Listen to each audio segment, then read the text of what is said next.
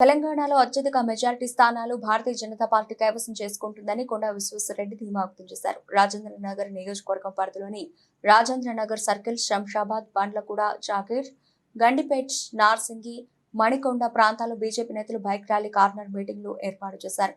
ఈ కార్యక్రమానికి ముఖ్య అతిథిగా బీజేపీ ఎంపీ అభ్యర్థి కొండా విశ్వేశ్వరరెడ్డి పాల్గొన్నారు.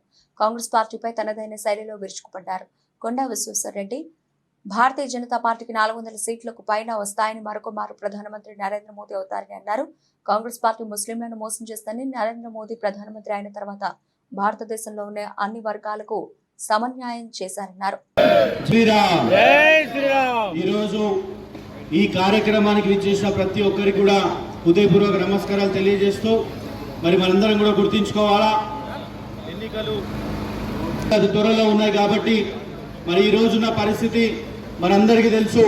ఈరోజు ముక్కుముడిగా ఈరోజు కాంగ్రెస్ పార్టీ కావచ్చు, బీఆర్ఎస్ పార్టీ కావచ్చు, ఎంఐఎం పార్టీ కూడా ఈరోజు భారతీయ జనతా పార్టీని ఓడగొట్టే ప్రయత్నం చేస్తుందనే విషయాన్ని మనందరం కూడా గుర్తించుకోవాలి. ఈరోజు ఈ కాంగ్రెస్ పార్టీ ఈరోజు ఏం చేస్తా ఉంది, ఎంఐఎం పార్టీతో చీకటి ఒప్పందం పెట్టుకొని ఈరోజు ఎంఐఎం పార్టీ వాళ్ళు చెప్తా ఉన్నారు, అయ్యా కాంగ్రెస్ కు ఓటేయండి కానీ బీజేపీని మాత్రం ఓటేయొద్దు, బీజేపీని ఓడగొట్టాలని చెప్పేసి ఈ మజ్లీస్ పార్టీ కుమ్మకై ఈరోజు ఈ కుమ్మకు రాజకీయాలు చేస్తుందన్న విషయాన్ని మనం అందరం కూడా గమనించుకోవాలి. కాబట్టి మళ్ళీ అందరినీ కోరుతా ఉన్నా, ఈరోజు భారతీయ జనతా పార్టీని గెలిపించాల్సిన అవసరం ఎంతో ఉందని ఈ భారతదేశానికి అనే విషయాన్ని మనందరం కూడా గుర్తించుకోవాలా. మళ్ళీ నరేంద్ర మోడీ గారు ఎన్నో రకాలుగా ఈరోజు భారతదేశాన్ని అభివృద్ధి చేస్తా ఉన్నారు. ఈరోజు ముఖ్యంగా మనం చూసుకున్నట్టయితే మనకున్న అభ్యర్థి కొండా విశ్వేశ్వరరెడ్డి గారు ఈరోజు గత 10 సంవత్సరాలుగా ఈరోజు రాజకీయంలోకి వచ్చి ఈరోజు ఎటువంటి మచ్చలేని నాయకుడు ఈరోజు మనకు అభ్యర్థి కొండా విశ్వేశ్వరరెడ్డి గారు అనే విషయాన్ని గుర్తించుకోవాలి. మరియు కాంగ్రెస్ అభ్యర్థి ఏదైతే రంజిత్ రెడ్డి గారు ఉన్నారో మనందరికీ తెలుసు. గతంలో ముఖ్యంగా మహిళలను కోరుతా ఉన్నా, గతంలో ఇదే కాంగ్రెస్ పార్టీ ఏం చెప్పింది, ఇప్పుడున్న అభ్యర్థి రంజిత్ రెడ్డి గారు గతంలో బీఆర్ఎస్ పార్టీలో ఎంపీగా ఉండి, ఆ రోజు అధికారంలో ఉన్న పార్టీలో ఎంపీగా ఉండి ఈ రోజు కాంగ్రెస్ పార్టీకి ఎంపీగా మళ్ళా ఎంపీ అభ్యర్థిగా పోటీ చేయడానికి వచ్చింది. ఎందుకంటే ఈరోజు మళ్ళా కాంగ్రెస్ పార్టీ ఈరోజు అధికారంలో ఉంది కాబట్టి.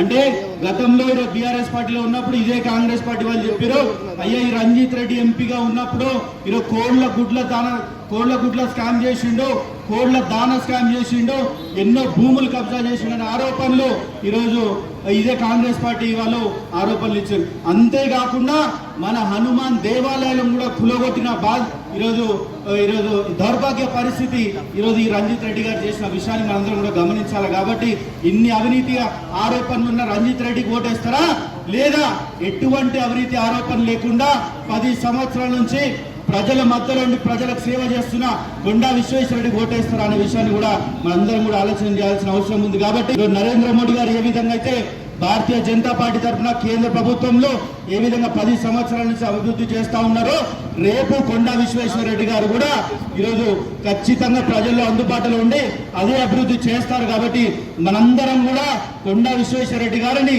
భారతీయ జనతా పార్టీని భారీ మెజార్టీతో గెలిపించాల్సిన అవసరం ఉందని చెప్పి తెలియజేస్తూ మరొకసారి అవకాశం ఇచ్చిన ధన్యవాదాలు తెలియజేస్తాను. అది దేశము మొట్టమొదటిసారి ఎన్నికల ముందే యావత్ భారతదేశం నిర్ణయం తీసుకుంది. వచ్చే ఎన్నికలు పార్లమెంట్ ఎలక్షన్స్, అది మోడీ ఎలక్షన్స్.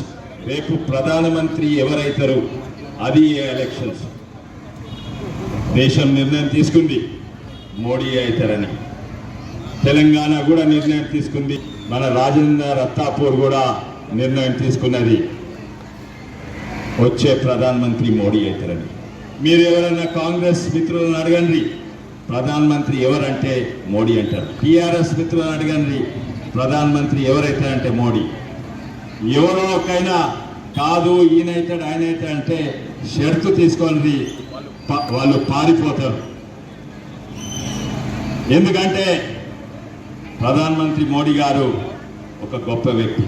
అటు దేశాన్ని చైనా పాకిస్తాన్ యుద్ధాలతో కాపాడుతుండు, ఇటు బియ్యం ఇచ్చి పేదలను ఆదుకుంటుండు, అటు ధర్మాన్ని రక్షిస్తుండు. గొప్ప వ్యక్తి మోడీ గారు. అదే కాక మనం గర్వంగా చెప్పుకుంటున్నాము, మన అభ్యర్థి ప్రధానమంత్రి మోడీకి ఓటేయమని అంటున్నాము. వాళ్ళు ఎవరన్నా అడుగుతుందా దమ్ముంటే, మా అభ్యర్థి రాహుల్ బాబా ఆయన కోట ఏమని అడుగుతుండ్రా ఎవరన్నా? అడిగితే ఏమవుతుంది? ఉన్న ఓట్లు పోతాయి, డిపాజిట్లు పోతాయి. అందుకే వాళ్ళు రెండు రాహుల్ బాబా అంటున్నారు. బాబా ఆయన నియోజకవర్గం ఉత్తరప్రదేశ్ విడిచిపెట్టి స్మృతి ఇరానీ ఆయన ఆపోనెంట్, ఆమె తోటి పోయినసారి ఓడిపోయింది ఆమెతోటి. ఈసారి ఆమె భయానికి గుట్టలకు పారిపోయిండు. ఎక్కడనో వైనాడ్ అంట. ఆ వైనాడ్ కేరళ అంటే అది గుట్టలల్లా ఆడ మెజారిటీ మైనార్టీలు మెజారిటీలు. అయ్యా ఆయన అంటుండు, నాకు 4 లక్షల ముస్లిం ఓట్లున్నాయి, నాకు 2 లక్షల క్రిస్టియన్ ఓట్లున్నాయి, అయితే నేను గెలుస్తా. అయ్యా ఎవరైనా కూడా ఎంపీ ఎవరు నిలవడా, హిందూ ముస్లిం క్రిస్టియన్ నిలవడా, ఆయన మొట్టమొదటి ప్రజాప్రతినిధి, అందరి రిప్రజెంటేటివ్. నువ్వు కేవలము ఏదో ముస్లిమ్స్ క్రిస్టియన్స్ కాదు. ఈరోజు ముస్లింస్ వెనుకబడేసింది Congress party. Sachar committee report 60 ఏళ్లలో అమలు చేసింది కాంగ్రెస్ పార్టీ. జీతాలు వస్తలేవు, పెన్షన్ చక్కగా వస్తలేవు, రైతు బంధువులు వస్తలేవు, దళిత బంధువులు వస్తలేవు.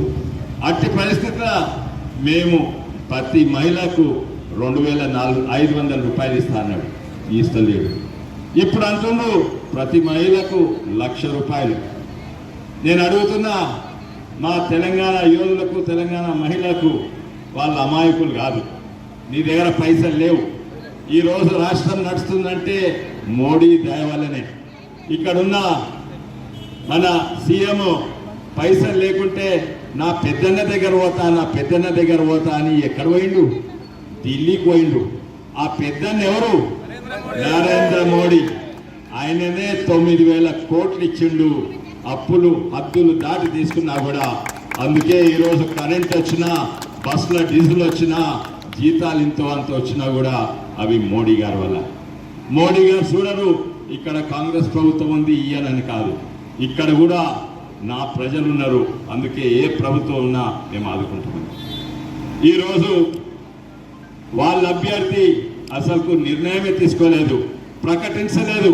మోడీకి ఈరోజు అఫీషియల్గా అడ్డు ఎవరు లేరు, పోటీ ఎవరు లేరు. వాళ్ళ అభ్యర్థి ఎవరు? వాళ్ళంతా కన్ఫ్యూజన్ ఉన్నారు. వాళ్ళలో కూటమి ఉన్నది, INDIA కూటమి. ఆ కూటమి కూలిపోతున్నది. ఇప్పటి వరకు